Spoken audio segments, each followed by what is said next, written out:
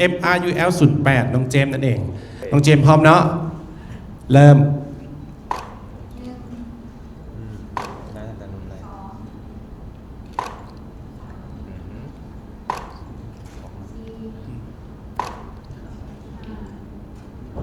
รอได้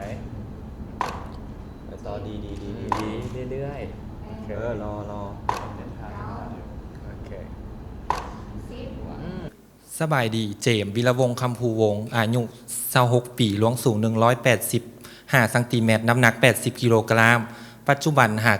การเรียนจบจากสสเวียดนามคณะสถาปัตยกรรมศาสตร์น้องมาเวทีนี้เพื่ออยากเป็นตัวแทนวัยหนุ่มลาวไปยืนอยู่เทิงเวทีสากลและอยากเผยแพร่วัฒนธรรมฮิตของประเพณีอันดีงามของคนลาวให้แก่ชาวโลกได้รับรู้รวมถึงความอบอ้อมอารีของคนลาว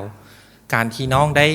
ไปศึกษาอยู่ที่สสเวียดนามเฮ็ดให้น้องได้มีการปรับตัวเข้ากับสังคมใหม่ๆการเรียนรู้เข้ากับวัฒนธรรมฮิตของประเพณี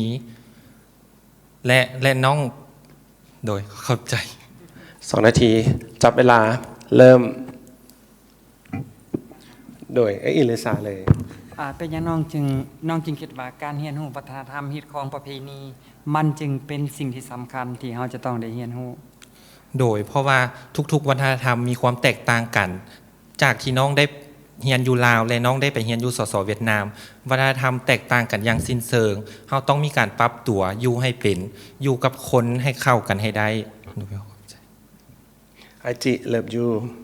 การที่มาประกวดครั้งนี้เจมส์ได้เตรียมตัวอย่างมาก่อนบอหรือว่าคาดหวังว่าตัวเองสิอยู่จุดใดของการประกวดมือนี้ปีนี้โดยน้องได้เตรียมตัวหลายอย่างทั้งเรื่องเรื่องตอบคำถามบุคลิกภาพและน้องเชื่อมั่นว่าน้องจะสามารถเอาชนะมิสเตอร์ยูนิเวิร์สได้คณะกรรมการท่านอื่นไอ้แดงจบสถาปัตย์มาแต่เวียดนามจักปีละหากกระจบเดือน3ยังบ่ทันเฮ็ดเวียกเถอะเนาะแม่นโดยแล้วเป็นยังคือเลือกที่จะมาประกวดรายกวนเลือกที่จะหาเวียกเฮ็ดเพราะว่าน้องหากระเรียนจบน้องอยากหาเฮ็ดสิ่งใหม่ๆที่แตกต่างคันเฮา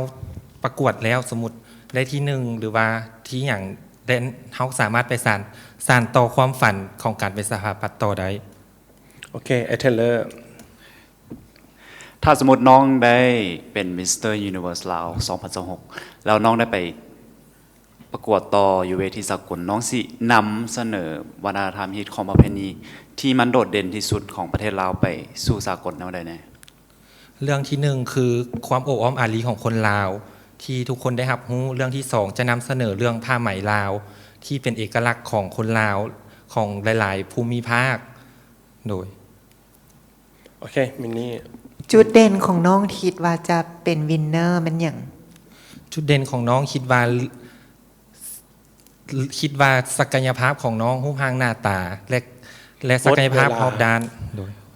คีย์เวิร์ดของน้องแมนความกล้าหาญที่จะแตกต่าง courage to be different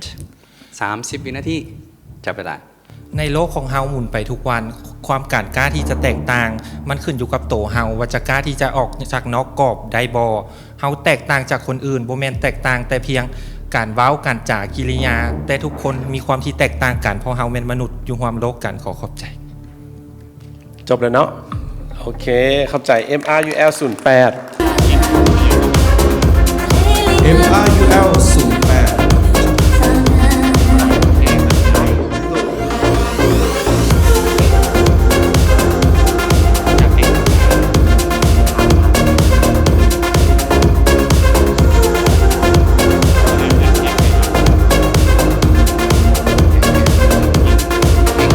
08MRUL 08เจมส์วิรวงศ์คำภูวงศ์ตัวแทนนำเสนอเมืองจันทบุรีในนครหลวงเวียงจันทร์